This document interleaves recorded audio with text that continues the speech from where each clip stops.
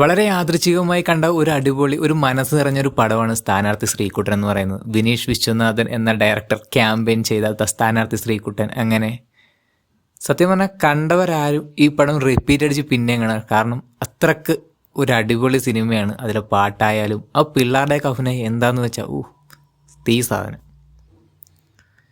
ഇങ്ങനൊരു പടം വന്നത് പലരും അറിഞ്ഞു കാണത്തില്ല, എന്നാലും കാണാൻ സാധിക്കുന്നവരൊക്കെ ഉറപ്പായിട്ടും കണ്ടിരിക്കുക. കാരണം ഒരു അടിപൊളി നല്ല ഒരു കുഞ്ഞു സിനിമയാണ് സ്ഥാനാർത്ഥി ശ്രീകുട്ടൻ എന്ന് പറയുന്നത്.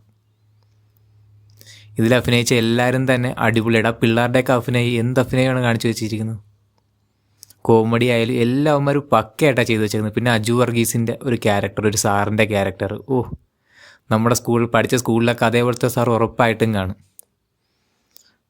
അജു വർഗീസിൻ്റെയൊക്കെ അഭിനയം വെച്ച് കഴിഞ്ഞാൽ എന്തായിരുന്നു. നമ്മളെ വെറുപ്പിക്കുന്ന ഒരു അധ്യാപകൻ ഉണ്ടല്ലോ, അതങ്ങേര് ജീവിച്ച് കാണിച്ച്.